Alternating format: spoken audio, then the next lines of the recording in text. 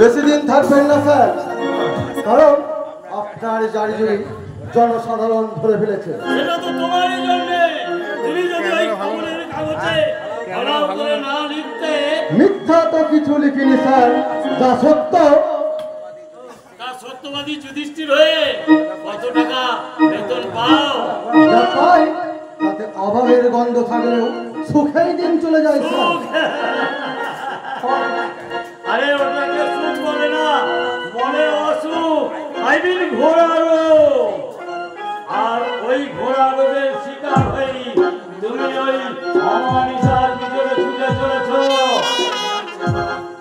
হরে কৃষ্ণ হরে হরে। এই ডাকছি বরং এই জামান সারের সঙ্গে হাতে মিলিয়ে চললে অভাব হয়তো বুঝবে, কিন্তু সেই অন্যায় অধর্মের ভার হজম হবে না।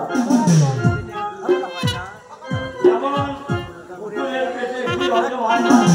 অর্থের জন্য সমাজের গণ্যমান্য ব্যক্তি আপনারা তাই যা খুশি বলতে পারেন, কিন্তু আমার কলম যেমন চলছে ঠিক তেমনিই চলবে। আমার বিরুদ্ধে লেখা তোমায় বন্ধ করতে হবে। সৎ আদর্শবাদী সাংবাদিক কখনো মিথ্যা ভাইয়ের কাছে আত্মসমর্পণ করে না। কত টাকা দিলে তুমি আমার কাছে আত্মসমর্পণ করবে? 2 লাখ, 5 লাখ, 10 লাখ? বলো, বলো কত টাকা দিলে? 10 কোটি দিলেও না, কারণ শয়তান আর সাংবাদিক কখনো এক নয়। হরে কৃষ্ণ হরে হরে। আরে ভাই, এইরকম সুযোগ কেউ হাত ছাড়া করে? আমি মহাদেব দাসের হয়তো ছাড়তাম না, কিন্তু আমি ভাস্কর চাটাচ্ছি। পেশায় সাংবাদিক, তাই সত্যবাদিতা আমার ধর্ম।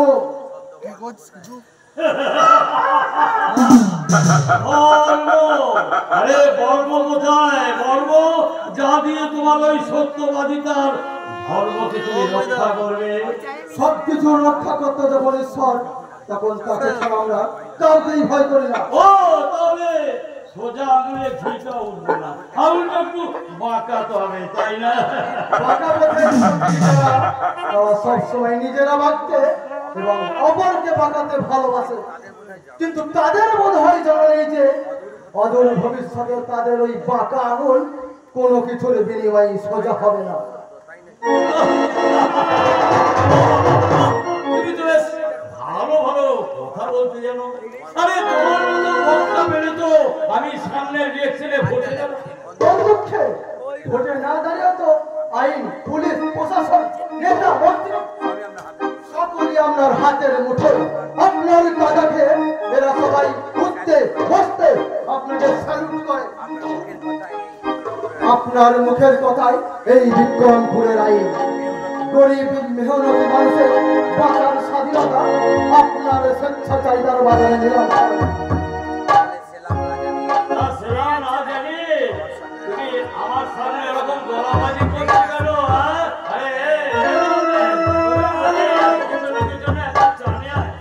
হরে কৃষ্ণ হরে হরে। এই খবরটা নিয়ে তুমি পারি করি একটু যাচ্ছা। চায়ের প্রয়োজন নেই। হ্যাঁ বলুন, কি জন্য আমার টাকা পাঠিয়েছে? আরে বলবো বলবো, হ্যাঁ নিশ্চয়ই বলবো। তা এই চায়ের আগে একটু মদ? না, আমি মদ খাই না। আরে এই মহাদেব, আরে এ কেমন ভদ্রলোক রে, মদ খায় না? হরে কৃষ্ণ হরে হরে। আরে মদ না খেয়ে সাংবাদিকতা করে কি করে? আই স্যার খায়। আপনার সামনে হয়তো একটু লজ্জা করছে, তার চেয়ে বরং আমি একটা মদ নিয়েছি। বাড়ি নিয়ে গিয়ে একেবারে বসিয়ে বসিয়ে আরে টেবিলে নিয়ে খাবে যায়।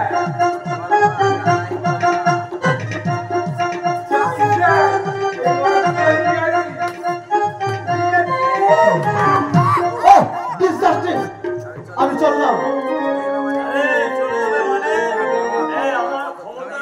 কতটা সেটা তুমি দেখে যাবে না? জানো জানো আমার প্রকৃত পরিচয় কি? জানি, শয়তান আপনার বন্ধু, ভগবান আপনার শত্রু। আপনার নাম শুনলে মায়ের কোলের ঘুমন্ত শিশু চিৎকার করে কেঁদে ওঠে। অত্যাচার, ধর্ষণ, খুন সেগুলি সবই আপনার হাতের ময়লা। এক কথায় আপনি একটি জীবন্ত শয়তান। তা তো কিছু জেনেও তাহলে আমার প্রস্তাবটা ফিরিয়ে দাও তুমি কোন সাহসে?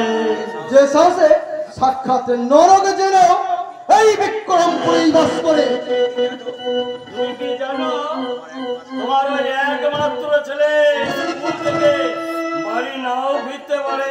এটা অনেক জানাজানির কি আছে স্যার? অনেক মায়ের কলিতা আপনি শূন্য করেছেন। তারা যখন দুহাতে বেদনার অশ্রু মুছে ফেলেছে, তুমিও পারবে, তাই তো? তবে সেই দিনটার জন্য তুমি প্রস্তুত থেকো। থাকবো, কারণ আমি জানি জঙ্গলে বাস করলেও যে কোনো দিন জানোয়ারের কবলে পড়তেই হবে। কিন্তু আপনিও মনে রাখবেন মিস্টার সত্যপ্রকাশ চৌধুরী, পাপের ষোলকলা পূর্ণ হলে মানুষের এই পৃথিবীতে থাকার মেয়াদ শেষ হয়ে যায়।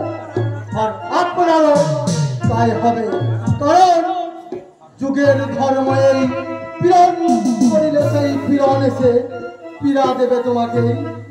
অতএব সাবধান, খুব সাবধান।